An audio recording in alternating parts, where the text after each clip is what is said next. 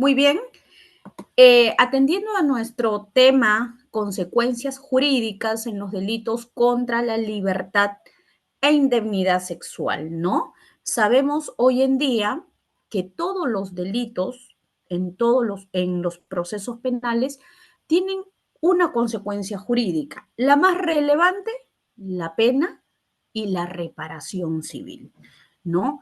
Hay ciertas situaciones que se presentan, por ejemplo, en los delitos contra la libertad sexual o indemnidad sexual, que no se encuentran en otros determinados delitos, pero sí en este tema en lo que hoy vamos a tocar. Y vamos a pasar a detallar sobre los bienes jurídicos protegidos. Sabemos que dentro del delito de violación sexual, que es el artículo 170 del Código Penal, el bien jurídico protegido es la libertad sexual. Y en el caso de tocamientos, actos de connotación sexual o actos libidinosos, en agravio de menores, que es el artículo 176A, en este caso se protege o tiene como bien jurídico la indemnidad sexual, ¿no? Vamos a trabajar el día de hoy con estos dos delitos, que son violación sexual, artículo 170, y tocamientos, actos de connotación sexual o actos libidinosos en agravio de menores en cuanto al artículo 176A. Ahora, tenemos que tener en claro, como les había mencionado, estas consecuencias, principalmente la pena. Y la pena en los delitos contra la libertad o indemnidad sexual va a variar de acuerdo al delito, de acuerdo a aquellas agravantes. Vamos a trabajar en el primer caso con el delito de violación sexual contemplado en el artículo 170 del Código Penal, que señala el que con violencia física o psicológica, grave amenaza o aprovechándose de un entorno de coacción o de cualquier otro entorno que impida a la persona dar su libre consentimiento, obliga a ésta a tener acceso carnal por vía vaginal, anal o bucal, o realiza cualquier otro acto análogo con la introducción de un objeto o parte del cuerpo por alguna de las dos primeras vías. Será reprimido con pena privativa de libertad no menor de 14 ni mayor de 20 años. La pena privativa de libertad será no menor de 20 ni mayor de 26 años en cualquiera de estos casos. Primero, si la víctima se realiza con el empleo de arma o dos o más sujetos. Si la violación, se realiza con el empleo de arma o por dos o más sujetos. Dos, si el agente abusa de su profesión, ciencia u oficio o se aprovecha de cualquier posición, cargo o responsabilidad legal que le confiera el deber de vigilancia, custodia o particular autoridad sobre la víctima o la impulsa a depositar su confianza en él. 3. Si el agente aprovecha su calidad de ascendiente o descendiente por consanguinidad, adopción o afinidad o de cónyuge, excónyuge, conviviente o exconviviente, o con la víctima esté sometido o hasta ha sostenido una relación análoga o tiene hijos en común con la víctima o habita en el mismo hogar de la víctima, siempre que no medien relaciones contractuales o laborales o es pariente colateral hasta el cuarto grado por consanguinidad o adopción o en segundo grado de afinidad. En estos supuestos, que son los más relevantes y los más tocados hoy en día en la praxis, es la pena privativa de libertad no menor de 20 ni mayor de 26 años. En estos supuestos casos que se vaya a presentar, ¿no? Entonces, cuando el Ministerio Público va a tipificar este delito, violación sexual, artículo 170, ¿cómo va a adecuar esta pena? ¿Cómo va a poner una prognosis de pena en su, ya sea requerimiento acusatorio?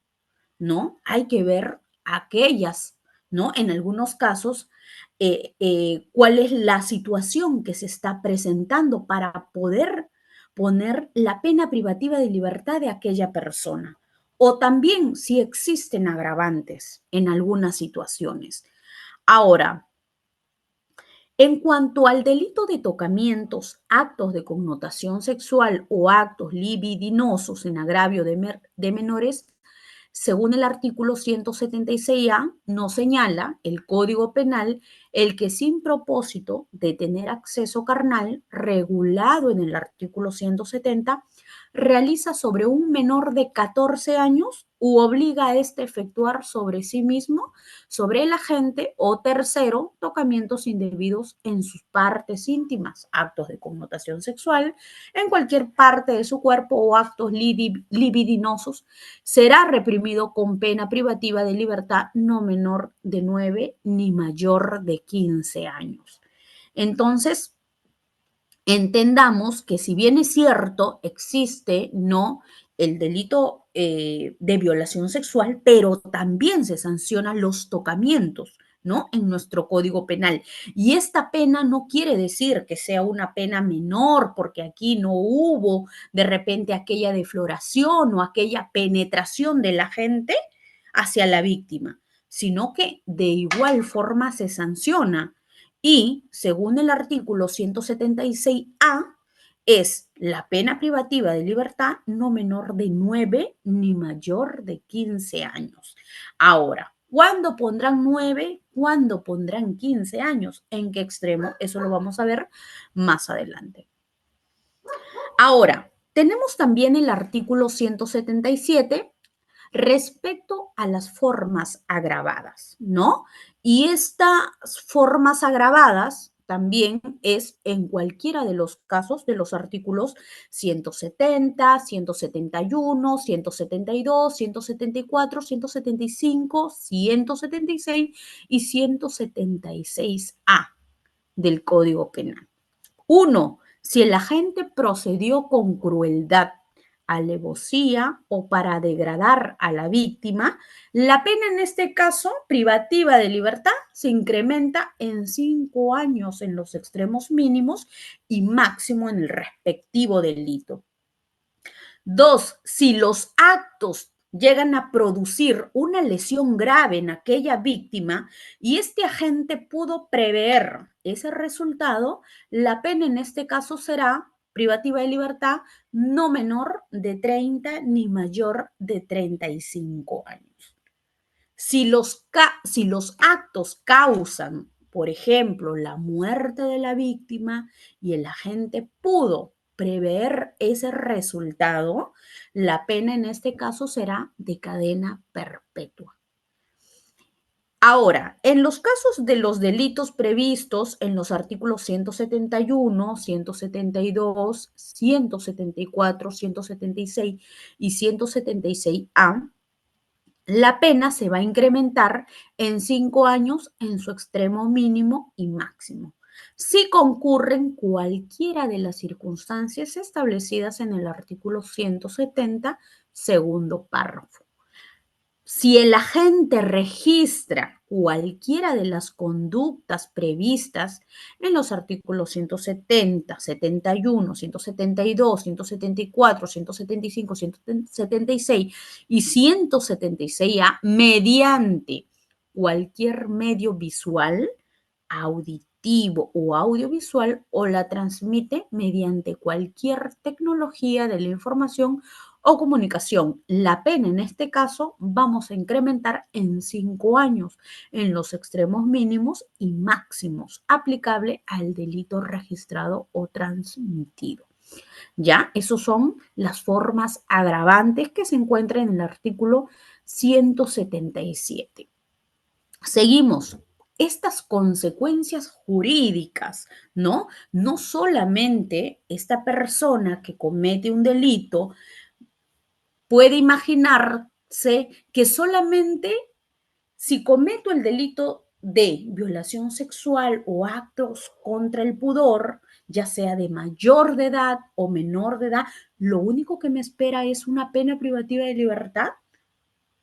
No, Como consecuencia jurídica en los delitos contra la libertad sexual o indemnidad sexual, justamente lo que les venía señalando al inicio, no todos los delitos tienen, por ejemplo, medidas de protección. ¿Ya? Muy independiente, una pena, una reparación civil, pero también en este tipo de delitos vamos a encontrar otra consecuencia jurídica. No quiere decir que porque todavía no hay una sentencia condenatoria, no se le va a prohibir a la persona, sino esto va a ser antes, incluso al inicio de las diligencias, con una apertura de investigación cuando se está en las diligencias preliminares. Esta medida de protección hacia quién, para resguardar a quién, para proteger a quién, a la víctima, ¿de quién? Del presunto agresor sexual.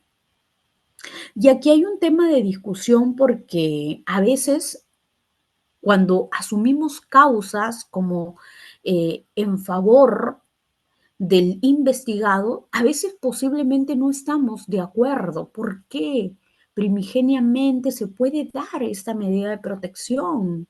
¿Y qué pasa si esta persona es inocente? Si todavía en este estadio no se llega a saber de manera contundente si va a ser condenado o no.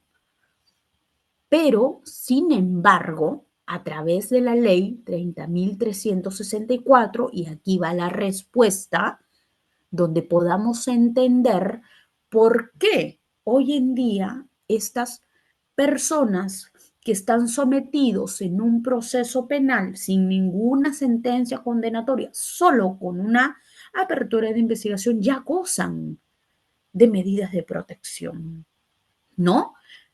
Entonces, la respuesta está en la ley 30.364, ley para prevenir, sancionar y erradicar la violencia contra las mujeres e integrantes del grupo familiar, donde se estableció un conjunto de disposiciones normativas que tiene como objetivo hacer frente a esta problemática a nivel nacional. Para lograr este propósito, la citada ley, entre otras medidas, regula el dominado proceso especial. Este proceso otorga una ruta de atención única a las personas afectadas por la violencia, a fin de que el Estado les provea una tutela integral y reforzada que tome en cuenta sus necesidades desde el punto de vista metodológico.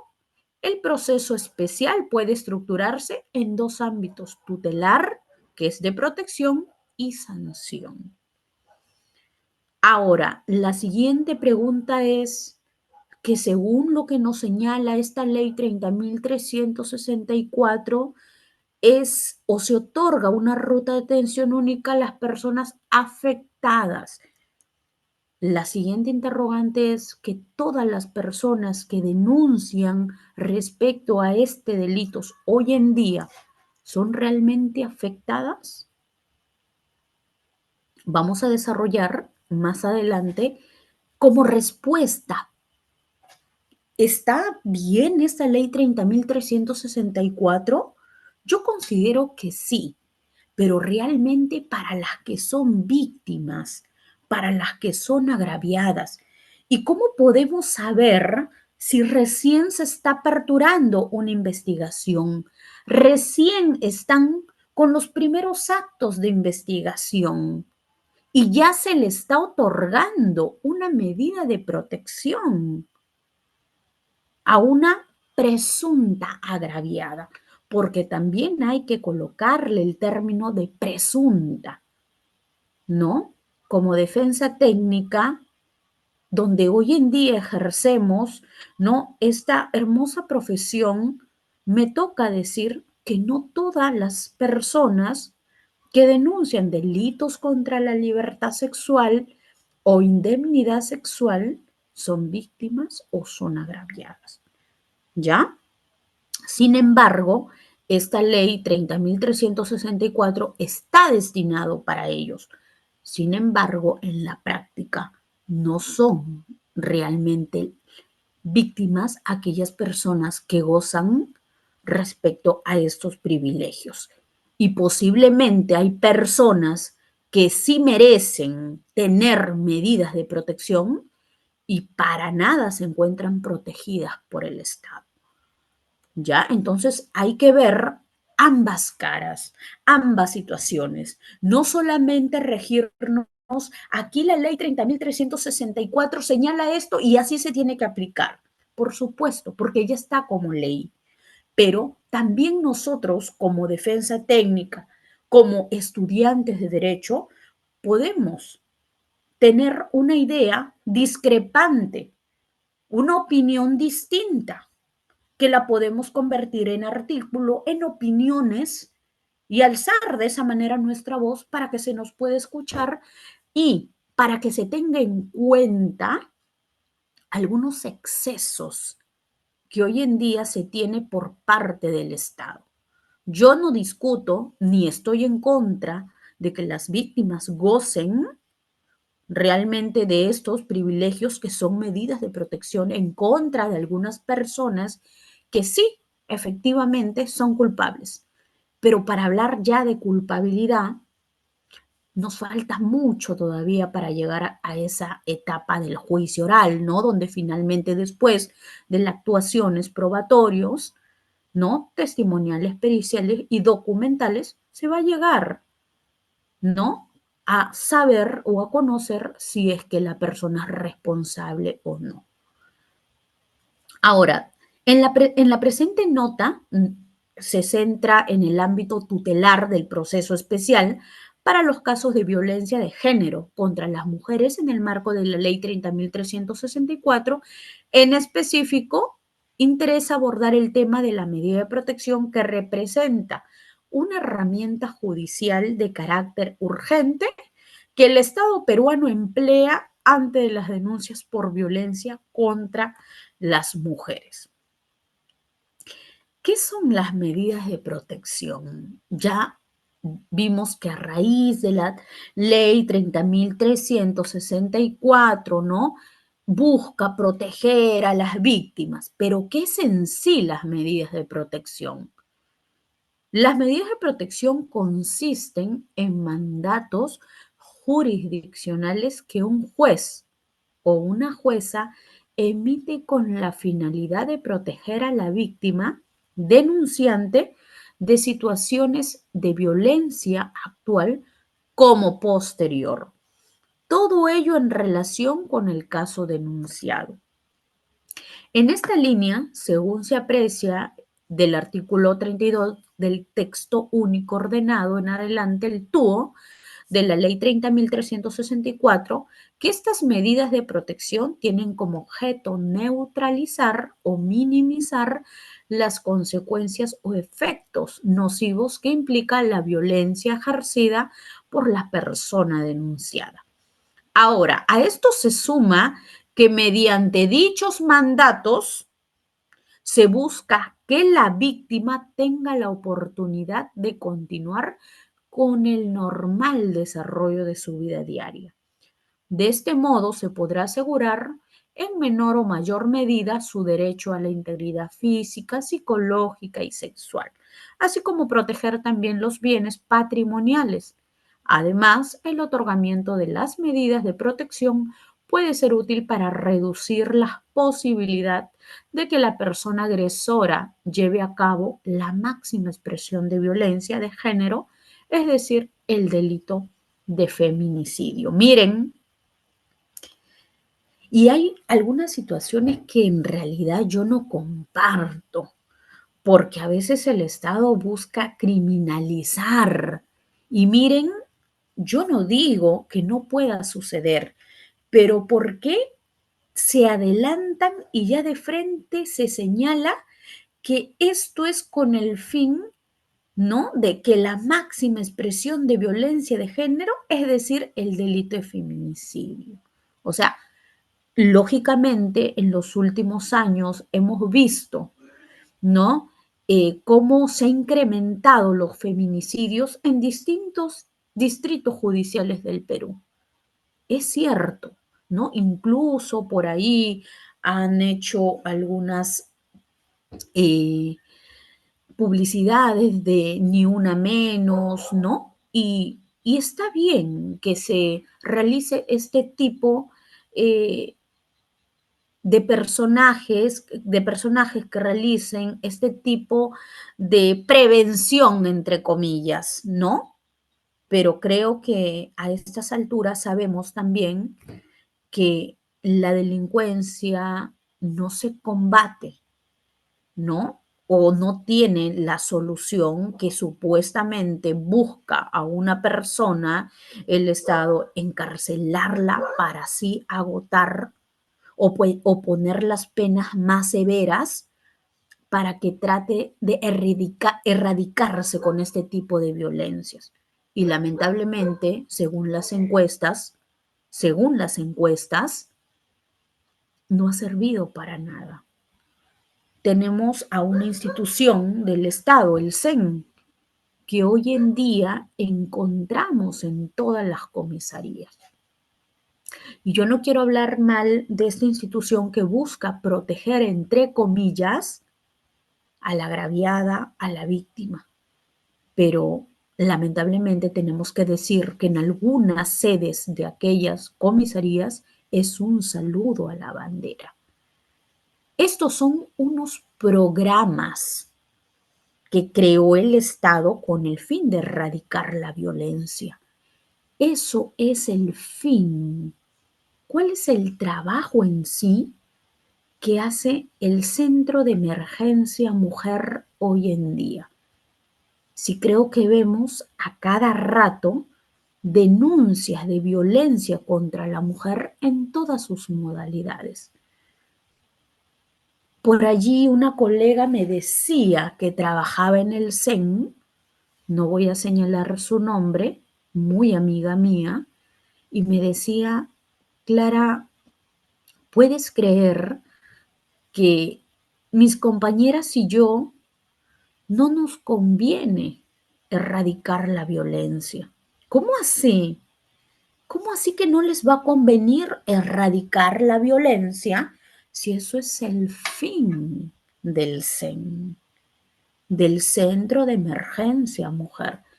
Lo que pasa es que como esto es un programa, si se llega a erradicar realmente la violencia, desaparece el programa.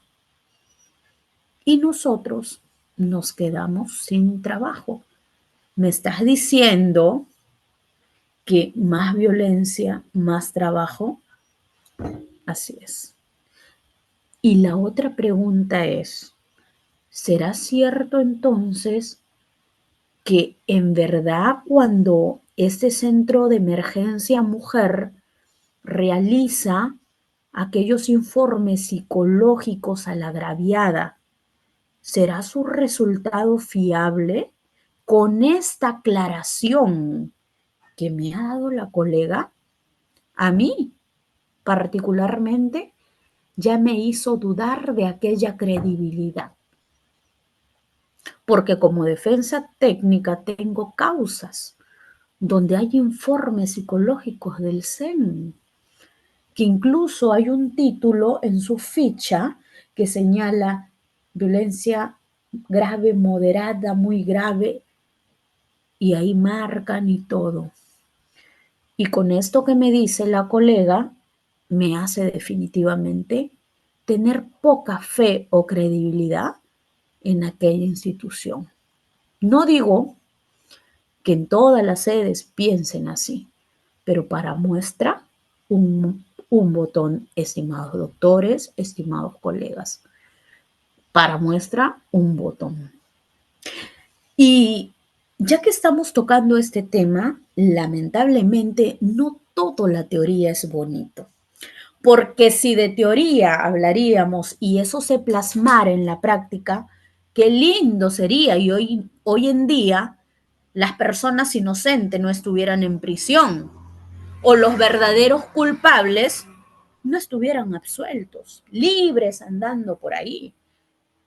No, tenemos que poner nuestro punto de vista lo que pasa en sí en la praxis, en el día a día de una institución. Y cuando la colega me señala esta información, uno puede recapacitar y pensar y decir, tiene lógica. Y me acuerdo de aquella o de aquel caso mediático, ¿no? De esta señorita, esposa de un futbolista, que se mediatizó tanto su situación que creo que el Ministerio de la Mujer no se ocupa de causas extremas de personas que sí lo ameritan. Sin embargo, en algún lugar ya estaban aplicando este botón de pánico de emergencia. Y nos hace pensar o razonar y dudar al mismo tiempo. ¿Cómo es así que se da dichos privilegios a algo mediático? Cuando de verdad, posiblemente una persona que está sufriendo actos de violencia sexual o física va, acude y ni siquiera lo atienden, porque hay casos en los cuales sí amerita. Entonces, particularmente que como defensa técnica, hoy estamos del lado del investigado, mañana estamos del lado de la agraviada. Y vemos aquella indiferencia en cualquiera de las dos situaciones, en cualquiera, no solo aquí, donde hoy litigo y tengo una oficina física en Cañete, sino en cualquier distrito judicial, porque gracias a la virtualidad hoy estamos en distintos lugares y he podido palpar la misma problemática que hay aquí, hay en Lima, hay en Chiclayo, hay en Ayacucho, en todos. Privilegios y privilegios. Ignorancia total, posiblemente para aquellas personas que sí ameritan estas medidas de protección, ¿no? Entonces, así estamos, estimados doctores, ¿no? Hay que ver la realidad, no sesgarnos y solamente enfocarnos a la parte teórica, porque como repito, si toda la teoría se aplicaría, ninguna persona inocente estuviera hoy purgando una condena, ¿no? Así se vería, ni tampoco una víctima que ha sido agredida, ya sea sexualmente, tendría impune a su agresor libremente caminando por las calles. No, se ve tantas situaciones que por eso nosotros nos corresponde de la teoría a la práctica y poder dar dos enfoques, dos análisis para poder nosotros realizar una defensa adecuada. ¿Se aplica o no se aplica lo que dice la ley 30.364? Y a nosotros nos corresponde ir a exigir a aquella institución si no está realizando. De repente soy abogada de la víctima o de la agraviada y no se otorga las medidas como dice la ley 30.364. ¿No? No se acelera ese tipo de medidas. Ahora, como defensa privada, lo podemos solicitar también. Pero aquí hay un tema, que en los primeros actos donde se realiza aquella denuncia, todo lo trabaja el SEN en su gran mayoría, ¿no? En su gran mayoría, no digo que en todos los casos. Cuando ingresamos a veces ya pasó todo, ¿no? Eso es entonces lo que tenemos que tener en cuenta. Ahora, ¿qué tipos de medidas de protección existen hoy en día?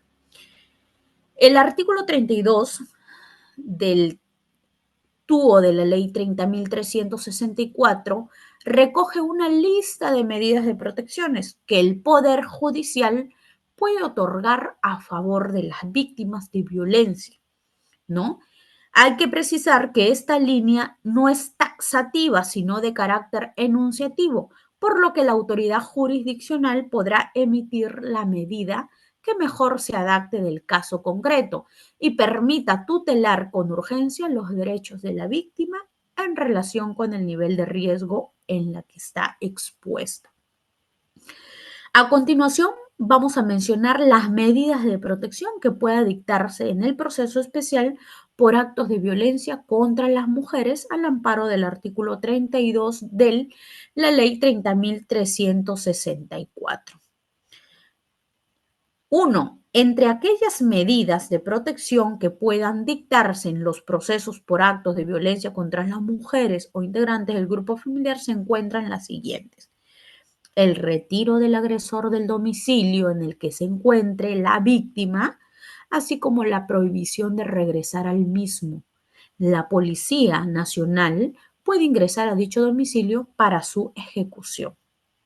Tenemos el impedimento de acercamiento o proximidad a la víctima en cualquier forma a su domicilio, centro de trabajo, centro de estudios u otro donde aquella realice sus actividades cotidianas, a una distancia idónea para garantizar su seguridad e integridad.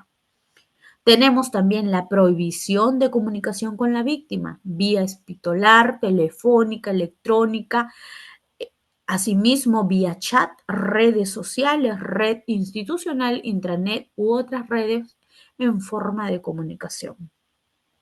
También tenemos la prohibición del derecho de tenencia y porte de armas para el agresor, debiéndose notificar a la Superintendencia Nacional del Control de Servicios de Seguridad, Armas, Municiones y Explosivos de Uso Civil para que proceda a dejar sin efecto la licencia de posesión y uso y para que se incauten aquellas armas que están en posesión de personas respecto a las cuales se haya dictado las medidas de protección.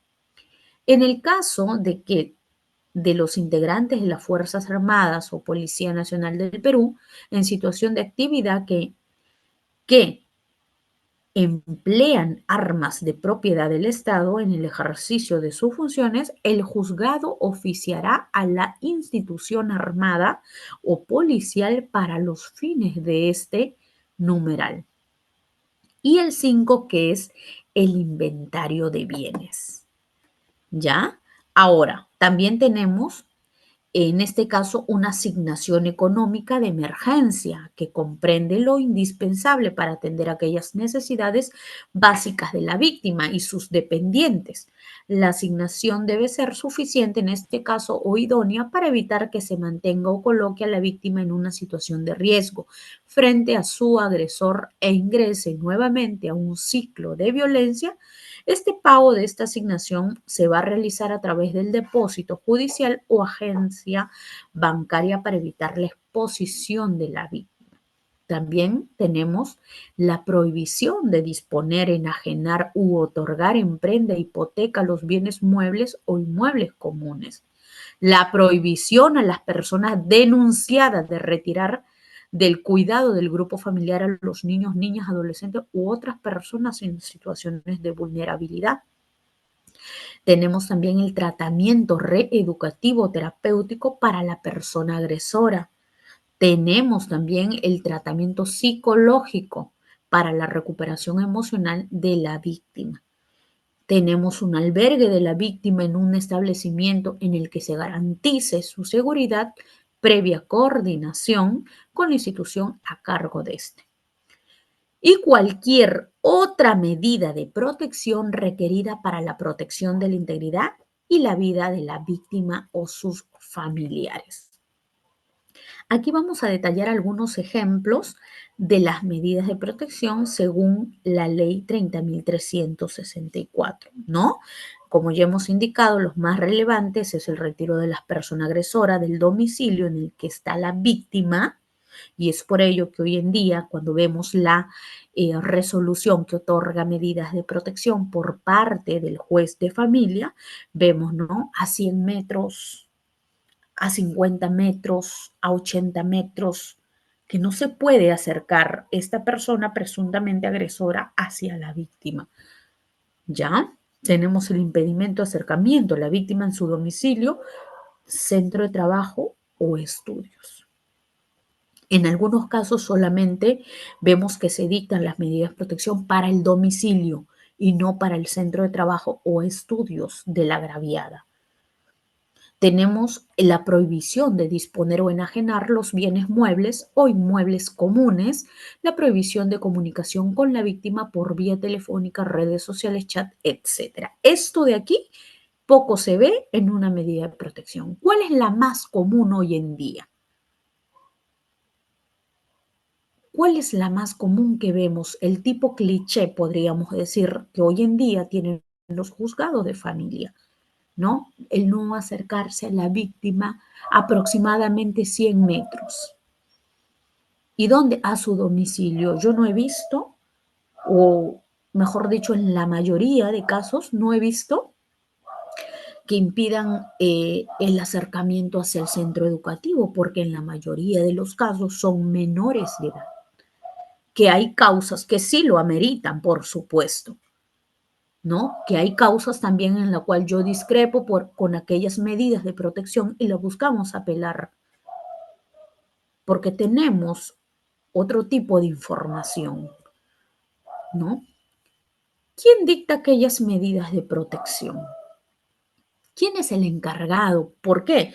Y esta pregunta es importante porque a veces se piensa que el efectivo policial es el que otorga las medidas de protección. No es así, es un juez, no es ni el fiscal, no es ni el efectivo policial. El efectivo policial va a ejecutar ya por orden del juez, pero estas medidas de protección los dicta un juez de familia y le ordena al policía que se cumplan estas medidas de protección. Primero, efectivo policial cumple con notificar a aquel presunto agresor que tiene estas medidas de protección. Y de ahí, date tu vuelta en patrulla para ver que esta persona no se está acercando o se está cumpliendo con aquella medida de protección en favor de la víctima. ¿Ya? Pero no realiza esta medida como tal el efectivo policial, sino lo ejecuta. El que dispone, el que ordena es el juez de familia. ¿Ya? Y esto está eh, en el artículo 32. ¿Ya? El juzgado las dicta, las medidas de protección, teniendo en cuenta el riesgo de la víctima, la urgencia y la necesidad de la protección y el peligro en la demora. Queda claro entonces que la policía y el Ministerio Público no están autorizados para dictar medidas. Sin embargo, en este último caso, la Fiscalía Penal o de Familia sí puede solicitar medidas de protección ante el juzgado de familia, conforme al artículo 17 de la Ley 30.364.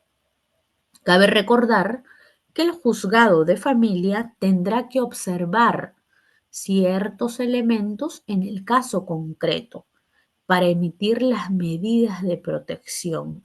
¿A qué se refieren con ciertos elementos? Miren, el juzgado de familia tendrá que observar ciertos elementos en el caso concreto para emitir las medidas de protección. Nos referimos al riesgo de la víctima de padecer violencia nuevamente, la urgencia y necesidad de ser protegida frente a ese riesgo y el peligro que supone el transcurso del tiempo sin recibir protección alguna. Este punto es interesante porque hoy en día vemos que se solicitan las medidas de protección, no hay audiencia y de inmediato se otorgan aquellas medidas. Y la pregunta en este caso es, ¿se observa aquellos elementos de cada caso en concreto o solamente se hace caso al supuesto pedido que está realizando ya sea el fiscal de familia o ya sea, en este caso, la institución del CEN? ¿Se está viendo estos elementos como tal? ¿El juez evalúa realmente ciertos elementos? Creo que todos sabemos que hoy en día se presenta por mesa de partes la solicitud y de inmediato se otorgan las medidas. Ni siquiera el juez ve cada caso en concreto. ¿Existe esa necesidad de verdad de poderle otorgar ciertas medidas de protección? A veces con la mera denuncia, con una denuncia ya otorgan de inmediato las medidas de protección. Pero miren lo que nos dice la ley 30.364, ¿no? Cabe recordar que el juzgado de familia tendrá que observar ciertos elementos en el caso, en concreto para emitir las medidas de protección. Pero esta parte lo hacen caso omiso, porque tienen el cliché nuevamente de que todas las personas que denuncian son víctimas. Todas las personas que denuncian son víctimas, ¿no? Entonces, ¿qué está sucediendo con aquellas instituciones por parte del Poder Judicial, en este caso, que está el juzgado de familia, ¿no? Se vendan los ojos y solamente emiten aquellas medidas con la denuncia, sin evaluar a profundidad justamente dos cosas: la urgencia y la necesidad de aquella persona presuntamente víctima. ¿Cuál es este trámite para otorgar aquellas medidas de protección en casos de violencia contra las mujeres? Con la denuncia de violencia que realice una mujer, se activará la normativa de protección que brinda la ley 30.364. Ahora, recordemos que la denuncia puede ser interpuesta ya sea en forma verbal o escrita ante determinadas autoridades del sistema de justicia. Esas son tres: el Poder Judicial, que es ante el juzgado de familia; el Ministerio Público ante la Fiscalía Penal o de Familia; o la Policía Nacional del Perú, por ejemplo, en las comisarías. Ahora, respecto de la interposición de una denuncia por violencia contra la mujer, debemos tener presente los siguientes aspectos.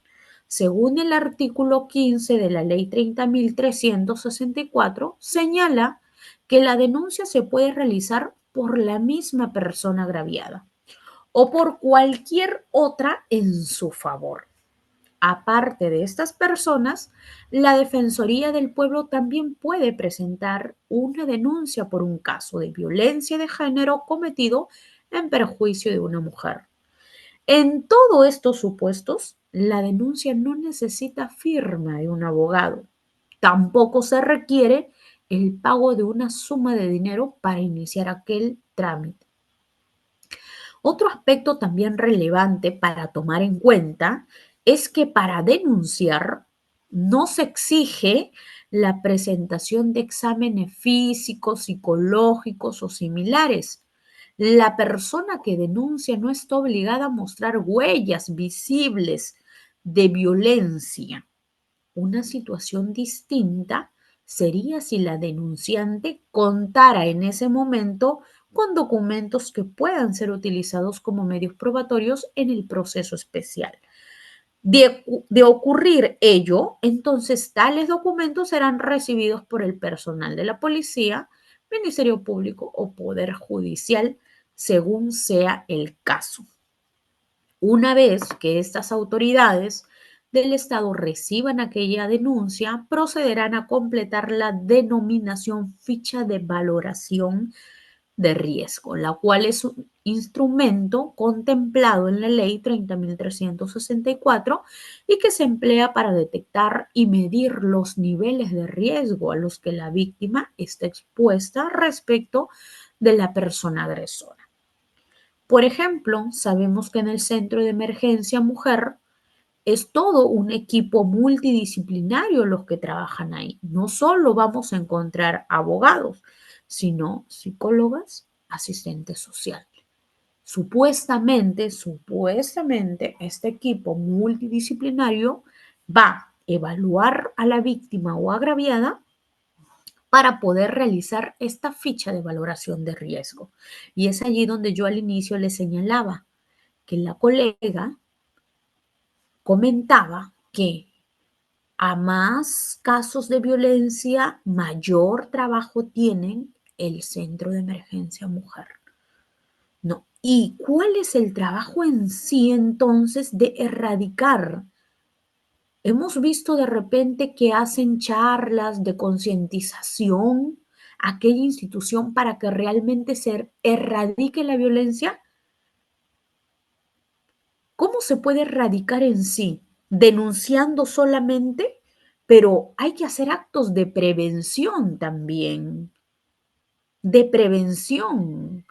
No todo es alegrarse y decir, llegó una víctima, ya tenemos otras causas, no va a desaparecer aquel programa del CEN, porque hay más causas. O sea, se celebra por una parte, pero no hacen este tipo de exhortación a través de actos preventivos. ¿Dónde? Desde los centros educativos.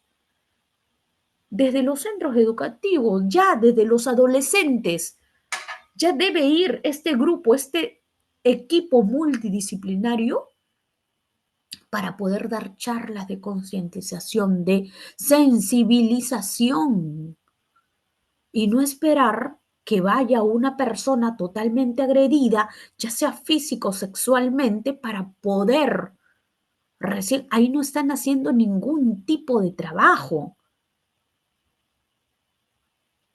Es como se decía, ¿no? En una conferencia internacional que asistí hace 2 años, tuve el honor de poder estar presente y escuchar cómo ponentes extranjeros se habían decepcionado y pusieron un ejemplo nuevamente para muestra un botón. Y uno ahí empieza a recapacitar y a decir, es cierto lo que dice esta persona. ¿Y cómo no lo vimos o no lo advertimos antes? ¿Qué había señalado este ponente que era de otro país? Y justo el tema era violencia. He venido a Perú, estoy 5 días en Lima y he visto solo una cosa. Aquí hay ministerio público, ¿no? Aquí hay juzgado de familia, fiscalía de familia. ¿Y qué hacen tantos menores de edad en la calle? Vendiendo, robando, hurtando. Ese tipo ya de concentración de menores de edad en una determinada esquina ya lo cuasi convierte ya en próximos a delincuentes. Y la Fiscalía de Familia, ¿qué está esperando? Que caiga una persona detenida, un adolescente, para que le des un internamiento terapéutico en este ex Maranguita, centro de rehabilitación. ¿Y qué hiciste tú, fiscal de familia, en todo este tiempo cuando yo te apuesto que subes a la combi, subes al taxi y estás viendo a un menor de edad vendiendo? ¿Qué haces como fiscal de familia? ¿Que no haces funciones preventivas y solo se espera que llegue la denuncia para recién trabajarlo? No, no, que la fiscalía no solamente ve el delito, sino previene también. ¿Y dónde está la prevención? El CEN está igual o peor. Ni una menos, dicen allí en las redes, en las noticias. A nivel nacional e internacional se crean páginas y la institución las respalda, los respalda realmente, no hacen nada preventivo. Ven el caso mediático ahí, le dan el botón de pánico y siguen trabajando en lo mismo y se convierte en un círculo.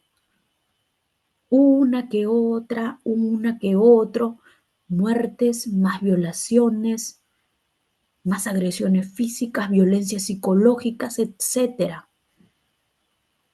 Esperan la consumación, pero ni una institución hizo un acto preventivo. Y este fue el mejor ponente que dio el gran ejemplo al decir: las principales calles de Lima encuentro a menores de edad delinquiendo, vendiendo. ¿Dónde está la Fiscalía de Familia?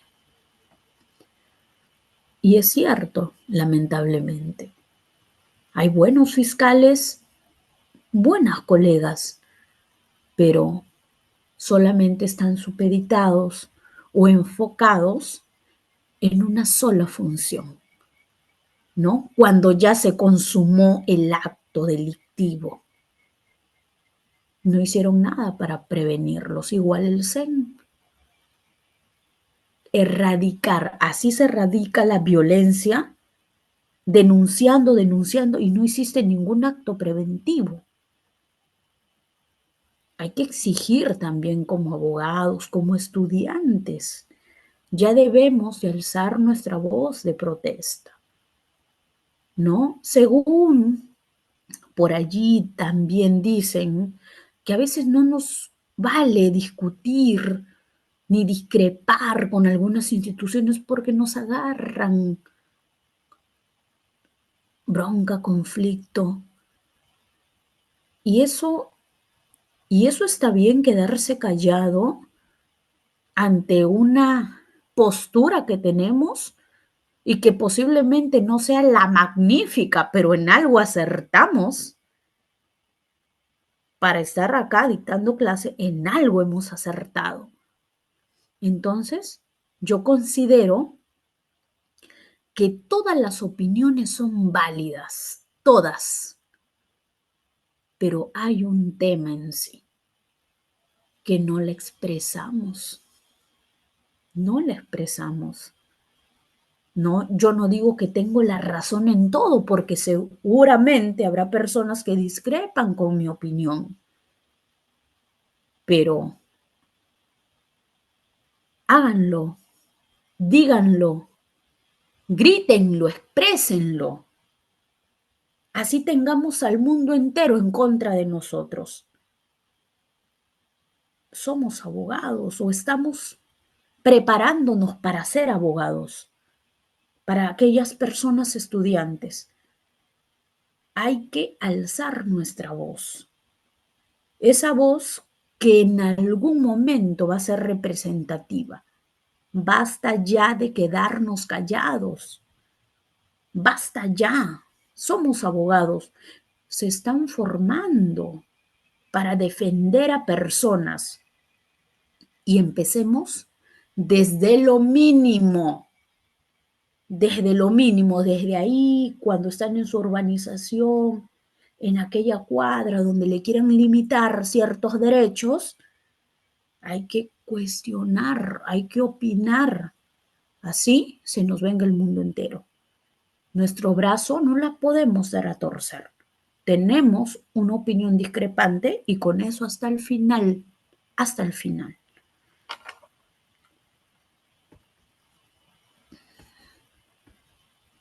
Aquí también tenemos la audiencia para otorgar medidas de protección. Un punto a tener presente es que la audiencia en el Poder Judicial se llevará a cabo con las partes procesales que hayan asistido. Si en la audiencia el juez concluye que deben otorgarse medidas de protección, entonces comunicará de forma célere y bajo responsabilidad la emisión de aquellas medidas a las entidades que están a cargo de ejecutarlas. También comunicará esta decisión a los sujetos del proceso especial. Después el juzgado de familia enviará lo actuado hasta ese momento a la Fiscalía Penal o, de ser el caso, al juzgado de paz letrado, para que esta autoridad inicie las investigaciones que permitan determinar si se cometió algún delito o falta, en el caso denunciado. Hay que enfatizar también que cuando el juzgado de familia se entere que los actos de violencia continúan o que no se cumplen las medidas de protección, estará obligado a sustituirlas o ampliarlas. Todo ello a fin de garantizar el derecho a la integridad de la víctima, así como su derecho a la vida. En esta línea, si se detecta que la persona agresora incumple las medidas de protección, el juzgado de familia comunicará esta circunstancia al Ministerio Público para que la investigue por el delito de resistencia o desobediencia a la autoridad, regulado en el artículo 368 del Código Penal. Por ello, es importante que las autoridades que participan de la ejecución de las medidas de protección,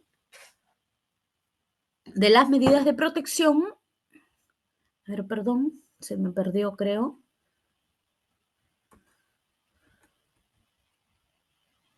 Ya, por último, las medidas de protección tienen validez en todo el país y se puede exigir su cumplimiento ante cualquier dependencia policial, comisaría, hasta que sean dejadas sin efecto por decisión judicial. ¿Ya? Ahora, la ejecución de las medidas de protección, ¿no? En cuanto a la Policía Nacional del Perú, esta autoridad debe enviar al juzgado de familia un informe sobre la ejecución de la medida de protección dentro del plazo de 15 días, contados desde la fecha en que se notificó la medida. En este informe incluirá recomendaciones sobre la ejecución de la medida en casos de riesgo severo. El informe se mandará dentro de los 5 días contados desde la fecha en que se notificó a la policía la medida de protección. Además de ellos, cada 6 meses para casos de riesgo leve o moderado y cada 3 meses para casos de riesgo severos contados desde que se notificó la medida, las entidades encargadas de su ejecución, entre ellas la Policía Nacional del Perú, envían al juzgado de familia un informe sobre cómo se vienen cumpliendo aquellas medidas y sobre la situación de riesgo de la víctima. Ahora, aquí tenemos algunas conclusiones, ¿no? Donde se señala que las medidas de protección constituyen una herramienta judicial que resulta importante para hacer frente a los casos de violencia de género contra las mujeres, principalmente en el ámbito tutelar o de protección del proceso especial de la Ley 30.364. La autoridad pública encargada de dictar aquellas medidas de protección es el Poder Judicial a través de los juzgados de familia ante las denuncias de mujeres víctimas de violencia por razones de género. Por tanto, la Policía Nacional del Perú y el Ministerio Público no son competentes para otorgar medidas de protección. Sin embargo, en este último caso, la Fiscalía Penal o de Familia sí podría solicitar el otorgamiento de aquellas medidas ante el juzgado de familia conforme el artículo 17 de la Ley 30.364. Respecto a los plazos, ¿no? Aquí también es un tema importante. ¿En qué tiempo se va a otorgar aquellas medidas de protección? Los plazos con los que cuenta el juzgado de familia para dictar medidas de protección pueden variar en función del nivel de riesgo identificado en cada caso en concreto. En los supuestos de riesgo leve o moderado, el juzgado decidirá en audiencia si emite medidas de protección en el plazo máximo de 48 horas, contadas desde que se toma conocimiento de la denuncia. Cuando el riesgo de violencia es severa, el juzgado de familia resolverá emitir aquellas medidas de protección en el plazo máximo de 24 horas, contadas desde que se conoce de la denuncia. Y para los casos de riesgo severo, el juez tiene la facultad de prescindir de la audiencia. ¿No? Se hace necesario también que las autoridades policiales ejecuten el mandato dispuesto por el juzgado de familia, de modo que la medida de protección dictada sea efectiva y sobre todo cumpla su objetivo, que es en sí proteger a la víctima de actos de violencia cometidos en su contra. Asimismo, se requiere una constante supervisión por parte del juzgado a fin de conocer si las medidas de protección han sido implementadas y se requieren ser modificadas.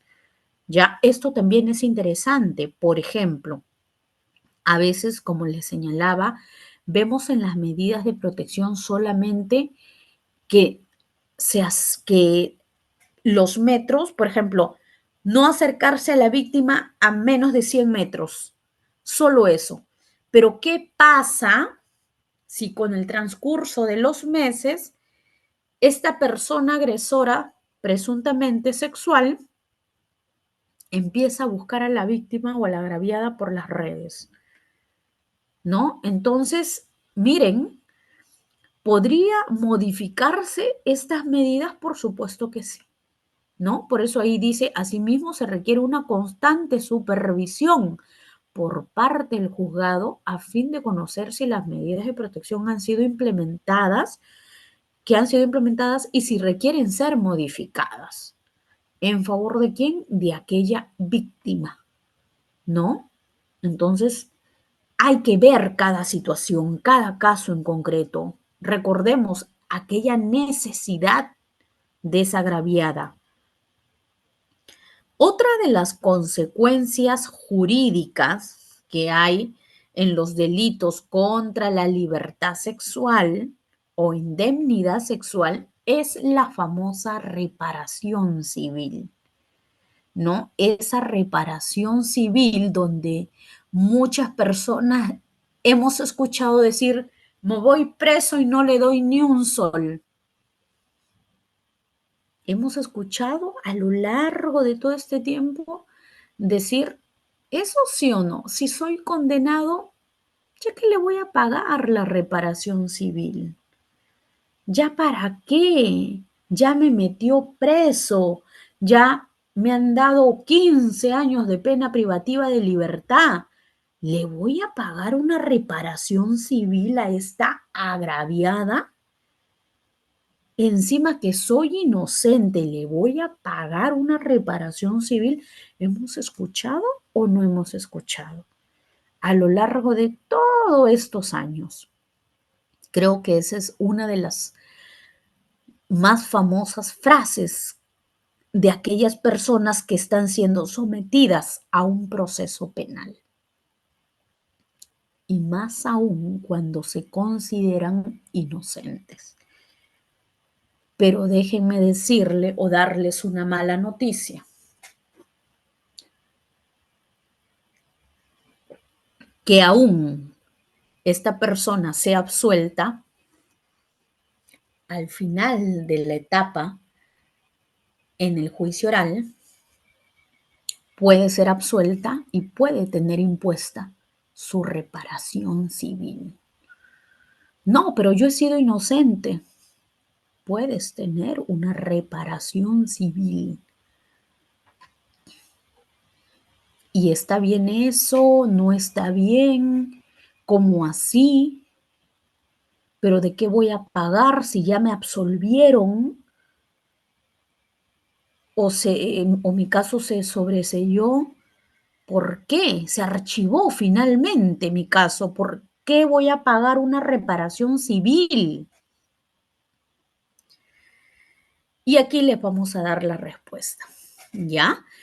Uno de los debates que se presentan en la judicatura peruana al momento de emitir el pronunciamiento jurisdiccional que ponga término al proceso penal es indudablemente la fijación de la determinación judicial de la reparación civil derivado de un hecho punible. Entonces preguntamos, ¿es posible absolver a una persona de la acusación fiscal y al mismo tiempo condenarla a pagar una reparación civil? ¿Qué nos dice el Acuerdo Plenario 04-2019? Toca el tema y forma parte del primer avance jurisprudencial de este año, aprobado por la más alta instancia de este poder del Estado, y establece como doctrina legal los principios jurisprudenciales del obligatorio cumplimiento para todos los jueces en los procesos jurisdiccionales a su cargo. La respuesta a nuestra inquietud la encontramos en el Código Procesal Penal vigente en 32 distritos judiciales del país. A los órganos jurisdiccionales se le proporciona facultades para poder sentenciar en forma condenatoria y absolutoria al imputado de la acción civil ex delicto. Además, en este nuevo sistema procesal penal acusatorio, sí es posible absolver a un imputado por la comisión de un hecho punible, pero al mismo tiempo condenarlo al pago de la reparación civil. En tal sentido, se conoce que toda sentencia condenatoria lleva consigo la imposición de la pena y el pago del resarcimiento económico, de conformidad a esto con lo establecido en el artículo 2, inciso 3 del nuevo Código Procesal Penal, que prevé la posibilidad de que la sentencia absolutoria o el auto de sobreseimiento, en caso se sobresean, no impida al órgano jurisdiccional pronunciarse sobre la acción civil derivada del hecho punible válidamente ejercida y cuando ésta, además, proceda. Es decir, del magistrado Juan Hurtado Poma condenar y absolver procede cuando existen causas absolutorias. Es el caso del artículo 208 del Código Penal, que no reprime los hurtos y otros que causen entre familiares sin perjuicio del pago de la reparación civil, así como también cuando se alega la presencia de causas eximentes de responsabilidad penal, como son la legítima defensa, en el que causan un daño y además también por la comisión de delitos culposos. Valgan verdades, muchas veces el juzgador absuelve al imputado por la comisión de un delito por insuficiencia probatoria o por la aplicación del principio indubio pro reo, pero queda el sabor amargo de que no se ha hecho verdadera justicia, toda vez que la parte agraviada ha realizado gastos procesales que es necesario cubrir. Por eso consideramos que, por ejemplo, frente a un delito de lesiones u homicidio culposo, por ejemplo, es posible después de un debido proceso absolver al imputado, pero se puede condenar al procesado al pago de una proporcional y razonada reparación civil a fin de que se restituya el bien o el pago de su valor y, si no es posible, el pago de la indemnización de aquellos daños y perjuicios. En ese sentido, la reparación civil debe fijarse en un monto que resulta proporcional a la magnitud de los daños y perjuicios ocasionados por la comisión de los hechos y, a su vez, debe tenerse presente las condiciones económicas del imputado y el bien jurídico tutelado. Con la puesta en marcha de esta nueva legislación procesal penal en los 30 y los 32 distritos judiciales en donde se encuentra vigente el nuevo Código Procesal Penal, se vienen desarrollando diferentes instituciones procesales que además vienen innovando el derecho procesal, como por ejemplo la realización de juicios virtuales, expediente judicial electrónico, y ahora se suma la posibilidad de absolver al imputado y al mismo tiempo sancionarlo en la vía civil para los efectos que pague la reparación civil.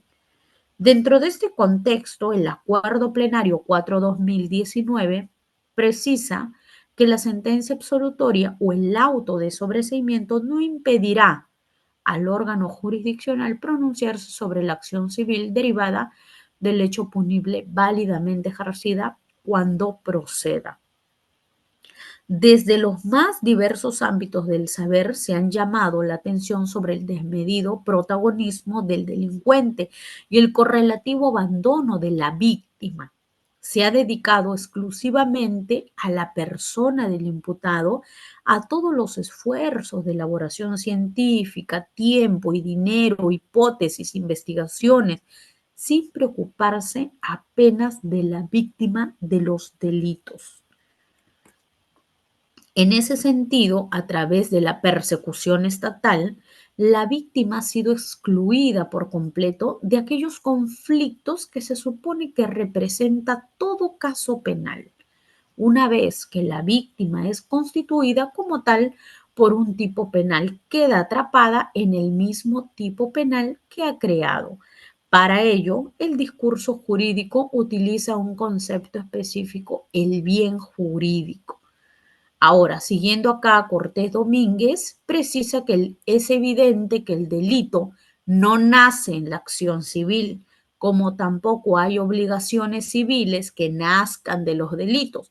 Esa responsabilidad no nace porque el hecho sea delito, sino porque el hecho en sí produce el daño o porque implica un menoscabo patrimonial a la víctima.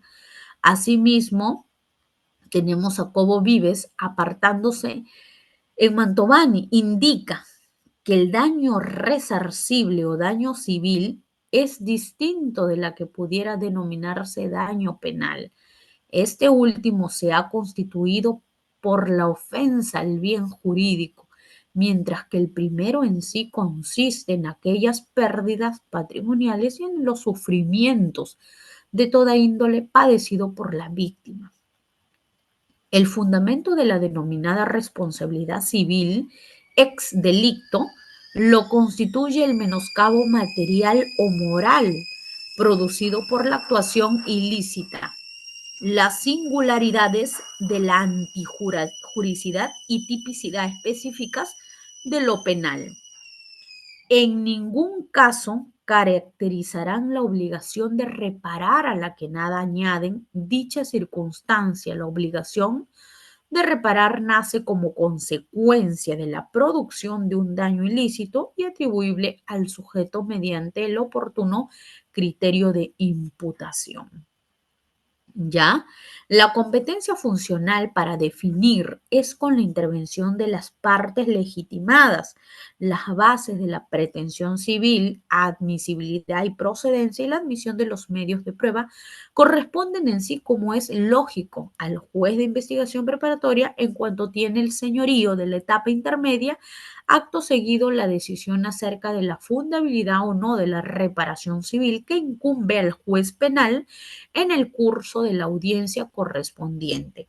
Si el fiscal introdujo aquella pretensión penal y la pretensión civil en su acusación, el juez penal unipersonal o colegiado corresponderá tomar aquella decisión pertinente, ¿no? Por tal razón, la jurisprudencia de la más alta instancia judicial, al pronunciarse sobre la sentencia absolutoria o el auto de sobreseimiento sobre aquella acción civil derivada del hecho punible válidamente ejercida, ha constituido un importante precedente. Además, produce seguridad jurídica y proporciona a la Judicatura Nacional la predictibilidad de las resoluciones judiciales, pues ahora el juzgador tiene una buena herramienta jurídica cuando corresponda para condenar y ordenar el pago de una reparación civil, pero también de absolver al imputado de aquella acusación fiscal y asimismo condenarlo al pago de una reparación civil. Este artículo lo escribió mi profesor de la maestría, el doctor Edín Campos Barranzuela, uno de los mejores jueces de la Sala Penal de Apelaciones. ¿Ya? Entonces, podemos nosotros entender cómo a una persona se le puede absolver, pero lo condenan al pago de una reparación civil, ¿no? Se ve en este caso aquella necesidad de aquella víctima. Ha sido sometida a todo un proceso penal. Y dirán las personas inocentes, ¿y qué culpa tengo yo? ¿Y qué culpa tengo yo? ¿No? Esto aplica para los homicidios culposos, para todos los delitos, por algunos perjuicios que en sí se causa, ¿no? Entonces, es válido que se pueda absolver por un lado, ¿no? De aquella acusación fiscal, pero no de la reparación civil, ¿ya? Ahora, el pago de reparación civil compensa integralmente a la víctima de delitos sexuales. ¿Cuál es la posición de la jurisprudencia al respecto? No, miren, este pago de la reparación civil en sí llega a compensar integralmente a la víctima de delitos sexuales y tenemos que tener de la mano también la jurisprudencia. El sistema procesal penal fue diseñado para juzgar en sí a personas por la comisión de delitos y así determinar su grado de responsabilidad, siendo la consecuencia jurídica la imposición de una sanción penal. Asimismo, el procesado penal se proyecta también a reparar integralmente a la víctima, especialmente si es una persona vulnerable, como una menor de edad que haya sido agraviada por un delito de naturaleza sexual, con el propósito de disminuir las consecuencias negativas del hecho punible, logrando de ser posible su desvictimización como derecho fundamental que comprende la recuperación integral de la dignidad y otros derechos fundamentales afectados. Esencialmente en el aspecto psicológico, pues el abuso sexual causa impactos negativos en la esfera interna de la víctima.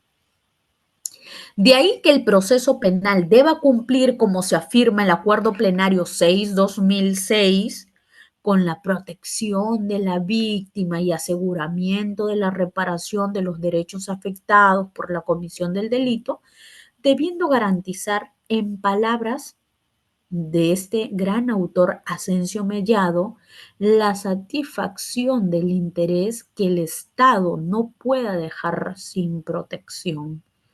Entonces, la reparación ante delitos sexuales no debe limitarse a un aspecto meramente económico, traducida en la imposición del pago de una reparación civil como único medio destinado al resarcimiento de la víctima. porque ello no repara integralmente el impacto negativo sufrido por la víctima, sobre todo si se trata de una menor de edad. Máxime si la Convención Interamericana para prevenir, sancionar y erradicar la violencia contra la mujer, en la Convención de Belén do Pará, y la ley para prevenir, sancionar y erradicar la violencia contra la mujer e integrantes del grupo familiar, ley 30.364, establecen que la reparación integral de la víctima debe comprender fundamentalmente en un tratamiento psicológico destinado a la recuperación integral de la salud mental. Y esto de aquí es importante mencionar porque creo que hasta aquellas personas que sí cometen este tipo de delitos, y he escuchado, porque en algunas situaciones me toca ser abogada de la parte agraviada, hay cierto tipo de manipulación por parte de algunos familiares de aquel presunto agresor que le señalan a la víctima: ya no sigas con la denuncia, no declares, por favor, te vamos a pagar todo tu tratamiento psicológico. Y ya no le hablan de dinero en sí, para que no suene mal y no se vea en sí como que te estoy pagando para que ya no denuncies, sino que ya incluso buscan una adecuada frase. Miren, justamente lo que señala esto. La ley 30.364 establece que la reparación integral de la víctima debe comprender fundamentalmente en un tratamiento psicológico destinado a la recuperación integral de la salud mental. Y me ha tocado víctimas que he defendido y me señalan: doctora, me están buscando la familia del señor y me dicen que le van a pagar el tratamiento de mi hija, el tratamiento psicológico. Están también bien asesorados aquellas personas y con todo su derecho, claro que sí. Pero ¿a dónde voy? A que en este tipo de delitos vamos a ver tantas situaciones de querer negociar. Eso es lo que hoy en día sucede en el Perú, ¿no? Y le ponen al pago, le ponen un nombre entre comillas: te pago tu tratamiento psicológico, no asistas a declarar, no asistas. Y por ahí muchas personas habrán atinado, habrán aceptado. Pero ¿cuál es la otra cara en este caso? Que también tenemos que ser realistas. Hay muchas denuncias hoy en día que tienen como fin una pretensión económica. Y es por ello que existe el Acuerdo Plenario 02/2005, que nos habla de la insuficiencia e incredibilidad subjetiva, que se denuncia por una manipulación, por un conflicto, por un rencor, y no porque el hecho en sí sea cierto, pero hay que probarlo, pues. Hay que probar ese conflicto. ¿Cómo lo probamos? No, pero lo que buscan en sí es una pretensión económica. Es cierto, en muchos casos diría, he visto mensajes de texto: mañana es mi declaración en juicio oral, 10.000 soles y no voy a declarar. He visto mensajes, hemos denunciado también. 20.000 soles y mi hija no va a prestar declaración. 20.000 soles para su tratamiento psicológico de mi hija. ¿Y eso es negociable? Y hemos visto ese tipo de situaciones y ese caso en sí amerita o deviene de una denuncia falsa, porque su único objetivo es una pretensión económica,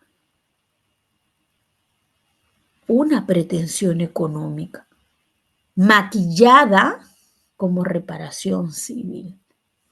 Justamente una de las consecuencias jurídicas más importantes de todos los delitos que hoy se sancionan penalmente, la pretensión civil.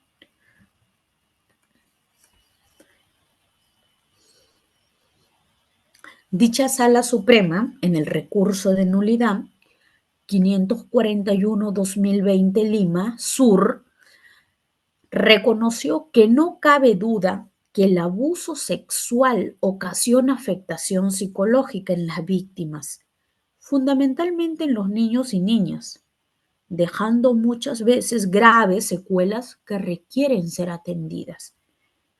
El Estado no puede encontrarse al margen del deber de atender a las víctimas a través de los sistemas de salud pública, la necesidad de evaluación y, en su caso, de brindar el tratamiento psicológico, terapias o la asistencia que resulten necesaria según diagnóstico, ofreciéndole los medios necesarios para alcanzar su recuperación. Asimismo, lo establecido en la apelación 169-2022-1, aseverando que la obligación del Estado de garantizar a la víctima su reparación integral deriva del artículo 63 de la Convención Americana sobre Derechos Humanos. Por su parte, la Sala Penal Permanente de la Corte Suprema afirmó en la casación 3050-2022 Huánuco que la víctima en sede procesal penal tiene, entre otros derechos, como de participar en el proceso, obtener la tutela jurisdiccional y justicia, el derecho a la reparación integral. Esta concepción, sin duda alguna, importa asumir una opción en pro de hacer efectivos los derechos materiales y procesales de la víctima del delito. Tenemos también regulación del tratamiento terapéutico ante los delitos sexuales.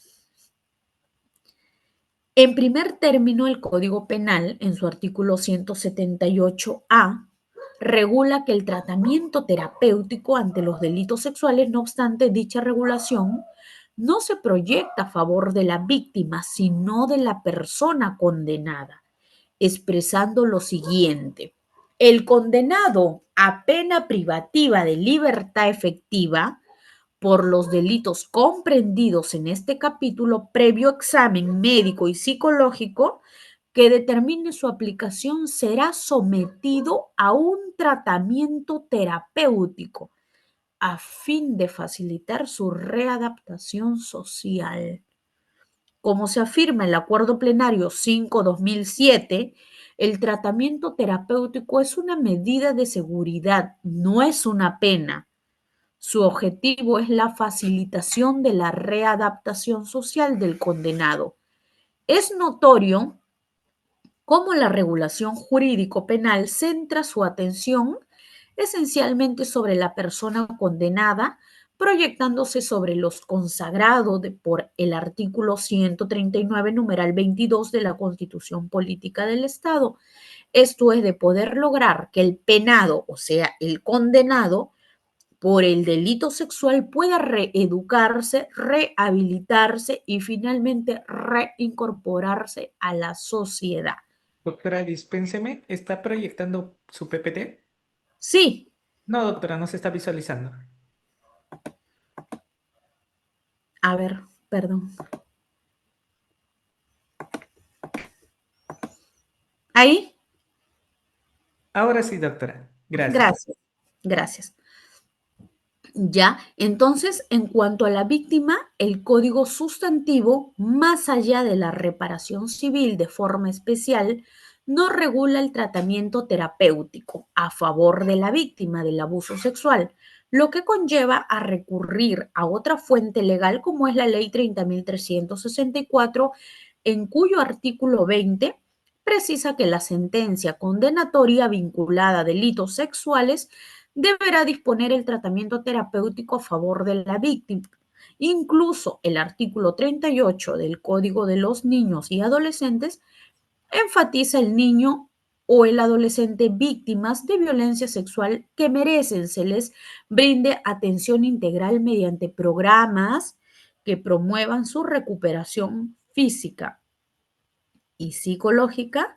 El servicio está a cargo del sector salud. Estos programas deberán incluir también a la familia.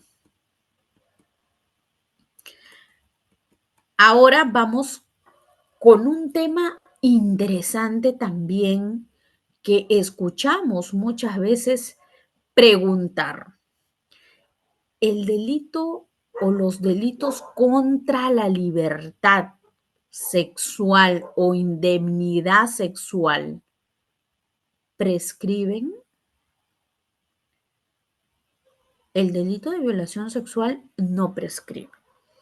La víctima puede denunciar cuando se sienta preparada, informa el Poder Judicial.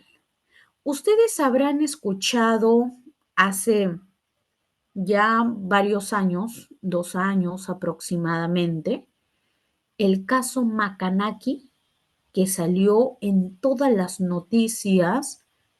Esta es una casuística en las redes sociales, estaba en Instagram, en Facebook, en TikTok. ¿Cómo se llama el expediente en sí abierto hoy en día? Caso Macanaki contra Einer Gilbert Alba León por el delito de violación sexual grupal. Puso en agenda pública la consideración que tiene la ley para que las víctimas presenten una denuncia. El Poder Judicial llegó a recordar a través de su cuenta de Twitter en aquella oportunidad que el delito de violación sexual no prescribe y que la víctima puede presentar la denuncia cuando se sienta preparada para hacerlo. No importa el tiempo que haya pasado. La Ley 30.838, ley que modifica el Código Penal y el Código de Ejecución Penal para fortalecer la prevención y sanción de los delitos contra la libertad e indemnidad sexual, establece la imprescriptibilidad de los delitos sexuales. Los violadores que abusan de menores de 14 años de edad tendrán pena de cadena perpetua, mientras que quienes realizan proposiciones con fines sexuales a niños, niñas y adolescentes, cualquier acto de connotación sexual con él o con terceros, serán reprimidos con pena privativa de libertad no menor de 6 ni mayor de 9. Si la víctima tiene entre 14 y menos de 18 años y medie el engaño la pena, en este caso será no menor de 6 ni mayor de 9. Caso Macanaki sobre Einer Gilbert Alba León. Macanaki, como se le conoce en redes sociales, la viceministra de la Mujer en ese tiempo destacó la importancia de seguir con la investigación, así no se conozca el nombre de la víctima. Ustedes habrían escuchado esta entrevista que dio esta persona. Macanaki es un tiktokero del norte del país, quien llegó a confesar en una entrevista vía YouTube con el boxeador famoso Jonathan Maicelo, que fue parte de una violación grupal a una menor de edad, cuando se encontraba en la escuela secundaria. ¿Qué señaló en este caso la ministra? Nosotros hemos cumplido con el rol que nos toca de solicitar que la Fiscalía, en uso de sus atribuciones legales, que inicie la investigación pertinente y determine si la denuncia es falsa o identifique a la víctima, agregó. En este presente caso, miren, esto fue nacional, esta noticia, en la cual se pudo observar cómo este personaje tiktokero, Macanaki, llegó a revelar que fue parte de una violación grupal a una menor de edad. La pregunta es, si pasa 5 o 10 años, nos señala que la persona agraviada puede denunciar cuando se sienta preparada. ¿Es cierto? Por supuesto que es cierto. Pero vamos a ponernos ahora en un caso en concreto. Pasa 10 años, denuncia violación sexual. Denuncia violación sexual. ¿Puede denunciar esa persona? Por supuesto. Estos delitos no prescriben. Pero a veces todo es un saludo a la bandera y hay que aterrizar, y bonito es decir, no prescribe nunca. Puedes denunciar en cualquier momento. Violación sexual. Después de 10 años de denuncia, esta señorita ya tiene hijos, esposo, tiene una familia. Si va a ir a denunciar por el delito de violación sexual, lógicamente va a pasar un reconocimiento médico legista. Nadie le va a quitar la denuncia que va a interponer. Pero ahora, vayamos al fondo de la situación. Se va a poder obtener buenos elementos de convicción cuando se aperture la investigación, se programen las diligencias preliminares, porque no es un caso de flagrancia, claro está. Se va a programar declaraciones. Ese señor que está siendo investigado posiblemente se va a defender con una defensa privada o ya sea pública. Va a haber una declaración. Sabemos que hoy en día las cámaras Gesell son exclusivos para menores de edad. Sin embargo, no quiere decir que una mayor de edad no pueda ir a una cámara Gesell. Esto es facultativo por parte del Ministerio Público. Pero a mí lo que más nos llama la atención es cómo va a ser cuando salga el resultado del certificado médico legista. Esta señora ya tiene hijos, tiene pareja. ¿Cómo acabará este caso en sí? Posiblemente con una sentencia absolutoria. No digo que no denuncien después de 5, 10, 20 años, denuncien. El tema en sí es el resultado que se va a obtener. Yo considero que va a encontrar más afectación cuando yo que quiero denunciar y ya que me siento preparada ahora sí para hacerlo, y al final me tropiezo con otra realidad donde va a terminar por perjudicarme psicológicamente aún más todavía, porque no se llegó a condenar a mi agresor sexual. ¿Eso es algo real? Por supuesto que es algo real. ¿Cuál es la solución entonces? ¿Cuál es la solución? Hay cosas que a veces están de pantallas en los códigos.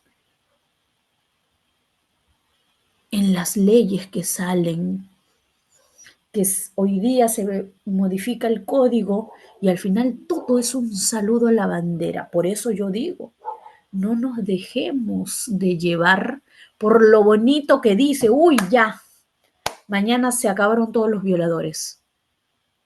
Ya han puesto toda la máxima pena para aquellos violadores, supuestamente. Y estos delitos siguen y siguen y siguen a diario. ¿Cuál es la solución en sí? Miren, este caso que les estoy poniendo, un caso claro, es un caso claro y que hoy en día se ve. Yo no digo que en todos los casos hay absolución, hay condenas, pero hay que ver cada caso en concreto, cada caso en concreto. Todos los casos no son iguales, por ahí alguien dirá, es falso, doctora Clara, es falso porque mi prima, un familiar o una amiga denunció después de 10 años y lo condenaron. Perfecto. Cada caso es distinto. Cada caso tiene su particularidad, pero va a haber situaciones en las que va a pasar esto. ¿Cómo queda esa víctima?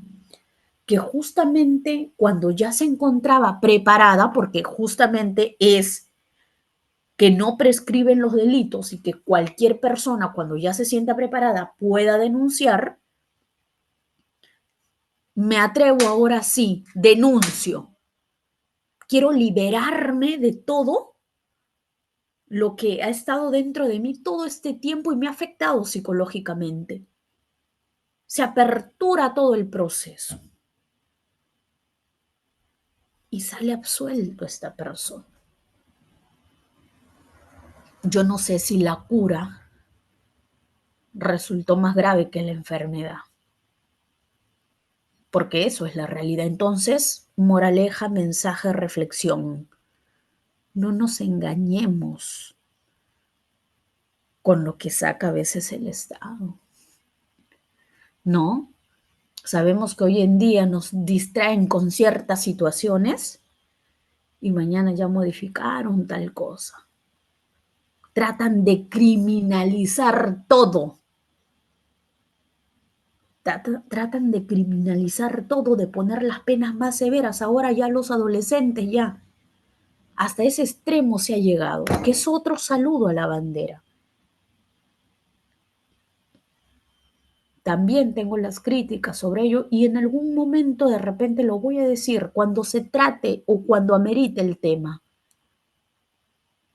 Pero en este caso, eso es el mensaje, estimados colegas. Miren, muy bonita la institución del CEN y todo. Prevenir y erradicar. ¿Erradican? Erradicar no es solo denunciar, sino prevenir para que esto ya no funcione o ya no se ejecute, se acabe en sí con este tipo de violencia, pero la institución no coopera, no ayuda. Finalmente, ¿quiénes son las perjudicadas? Las verdaderas víctimas, las verdaderas agraviadas que buscan en sí justicia. Y aquellos inocentes también que a veces injustamente están en un proceso penal, están siendo investigados, ¿no? ¿Sufren aquellas afectaciones aquellas personas también que son inocentes y se encuentran en un proceso penal? Por supuesto que sí, pero hasta ahora no hemos visto ninguna institución en favor del hombre, ¿verdad? Pero decimos, no, pero para hombre o mujer, ¿no? Esto es el CEN, Centro de Emergencia Mujer, ahí no va un hombre. Por eso por allí en las redes sociales vemos, ¿y cuándo el Ministerio del Hombre? ¿Cuándo el Ministerio del Hombre? Yo creo que yo estaría de acuerdo en hacer aquellas marchas para el Ministerio de Hombre. Yo que hoy en día veo causas injustas donde veo y palpo claramente cómo las instituciones no representan en realidad las víctimas, o mejor dicho, representan a personas que no son víctimas. Eso es la palabra. Las instituciones representan a personas que no son víctimas en su gran mayoría. Y ahí, para eso están las encuestas. Las personas que están siendo privadas de su libertad. Todos son culpables. Sabemos que los penales en el Perú tienen más inocentes presos que culpables, entre condenados y con medidas de coerción personal, que son las prisiones preventivas. Entonces, ¿está funcionando bien aquellas instituciones del Estado?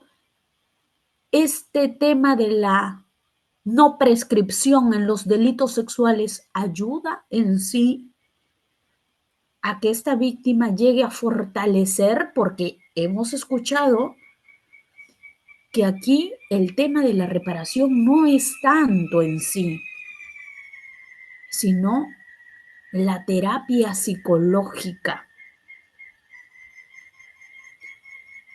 de la víctima. Pero les he demostrado con un claro ejemplo que realmente sucede hoy en día en la praxis que esa víctima va a salir mucho más afectada aún todavía porque no llegó a encontrar justicia en su agresor. Entonces, estimados colegas, hay que analizar cada caso en concreto, siendo defensa de la víctima o del investigado o de aquel imputado. Hay que ver más allá de lo que dicen los libros, hay que ver la realidad, hay que palpar en sí aquella realidad para poder nosotros interponer una postura, para poder plasmar nuestras opiniones. Solo así queda claro que nos vamos a hacer respetar. Solo así. Somos abogados. Hay personas estudiantes de derecho que se encuentran en esta plataforma y tienen que seguir su convicción hasta el final.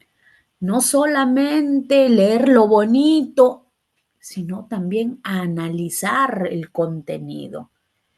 No dejarnos deslumbrar por aquellas noticias, por aquellas modificaciones que se hacen con el fin, entre comillas, de erradicar algo. Aquí hasta ahora tengo más de 10 años de abogada litigante y no he visto que algo se haya erradicado por completo. No se ha erradicado algo por completo. Ya, tanto como defensa de la víctima como defensa de aquel investigado. Entonces, no nos engañemos. Hay que analizar, estudiar aquel caso para poder dar nuestra opinión y sobre todo, algo muy importante para todos ustedes, cuando asumamos alguna causa, no solo pensemos como abogados, sino también como nuestro contrincante. Si soy defensa del investigado hoy, tengo que pensar como el señor fiscal para ser más estratégica. Si yo fuera fiscal, ¿yo haría esta diligencia? Sí, pero el fiscal el abogado me va a pedir esto y el fiscal, no, no lo pido mejor porque esto me va a perjudicar. Entonces, pongámonos en los zapatos también del señor fiscal. Y ni qué decir también del juez. Hay que pensar también como juez.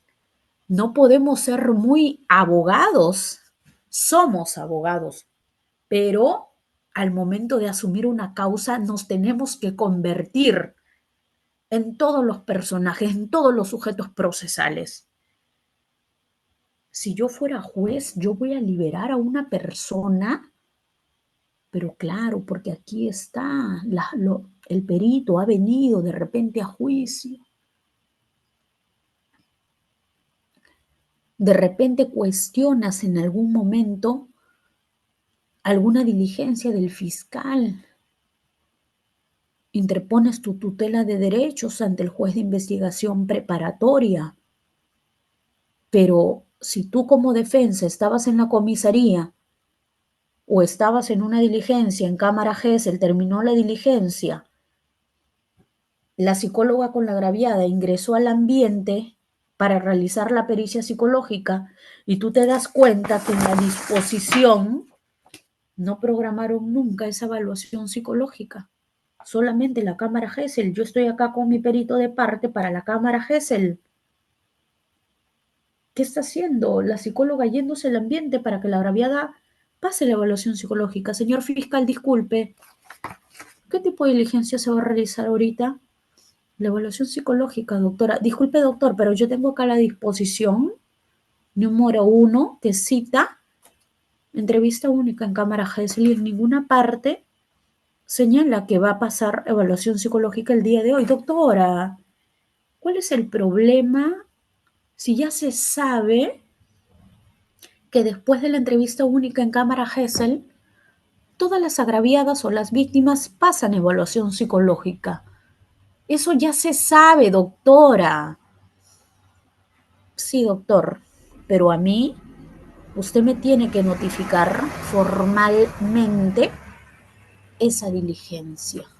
Doctora, pero ¿por qué se hace problema si su perito está acá? Ya puede ingresar también a la evaluación psicológica. No, doctor. Discúlpeme con todo respeto, pero mi perito tiene otra diligencia en este momento. 2. Yo, para que mi perito participe en esa diligencia de evaluación psicológica, yo lo debo preparar, coordinar con él, porque en esa diligencia, doctor, yo no estoy presente, ni usted ni la juez. Así que mi perito tiene que estar bien preparado para ir a esa evaluación psicológica. Me reprograma, por favor, la diligencia. Ok, doctora, va a hablar con la perito oficial que no se puede llevar a cabo esa diligencia. Pero ¿qué pasa si yo vi ese accionar que se están yendo al ambiente, me doy cuenta a mi disposición y nunca me notificaron eso, pero me quedo callada y digo, esto me conviene? Esto me conviene porque presento mi tutela de derechos, exclusión de material probatorio y chau, diligencia. Qué bonito, ¿no? Uno dice así. Claro, porque amerita el tutela, exclusión de material probatorio. No me notificaron nunca y se ha llevado. Tú como defensa estuviste allí, no hiciste nada al respecto. Convalidaste esa acción y ahora quieres presentar tutela de derechos. Ponte allí en los zapatos de ese juez justo. Va a excluir esa evaluación psicológica que tiene como consecuencia, lógicamente, una pericia psicológica y que si la excluye va a revictimizar a la víctima porque se va a programar posteriormente otra sesión. Todo porque tú te quedaste callado y no dijiste algo, ahora interpones tutela de derecho, exclusión de material probatorio. Ahí digo, hay que ponerse también como juez un rato. Ese juez va a ser justo. No hiciste nada, convalidaste. Y ahora quieres tumbarme esa evaluación psicológica cuando pudiendo hacerlo en su oportunidad, cuestionarlo, no lo hiciste. Distinto es, estimados amigos, que yo estoy en mi oficina, me voy a la fiscalía, a leer la carpeta fiscal y me doy con la sorpresa que hubo una evaluación psicológica la semana pasada. Acá está la pericia psicológica, pero a mí nunca me notificaron esa evaluación psicológica. Tutela de derechos, exclusión de material probatorio. Ahí es otra cosa.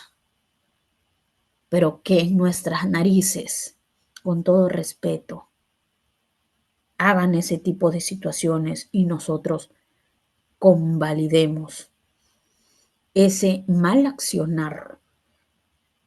Ahí se podría declarar fundada o infundada una tutela de derechos.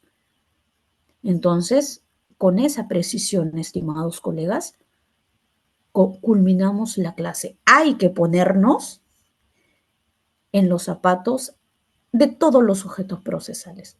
Ser abogado, ser fiscal y ser juez para poder resolver en sí una causa. Muchas gracias, estimados amigos.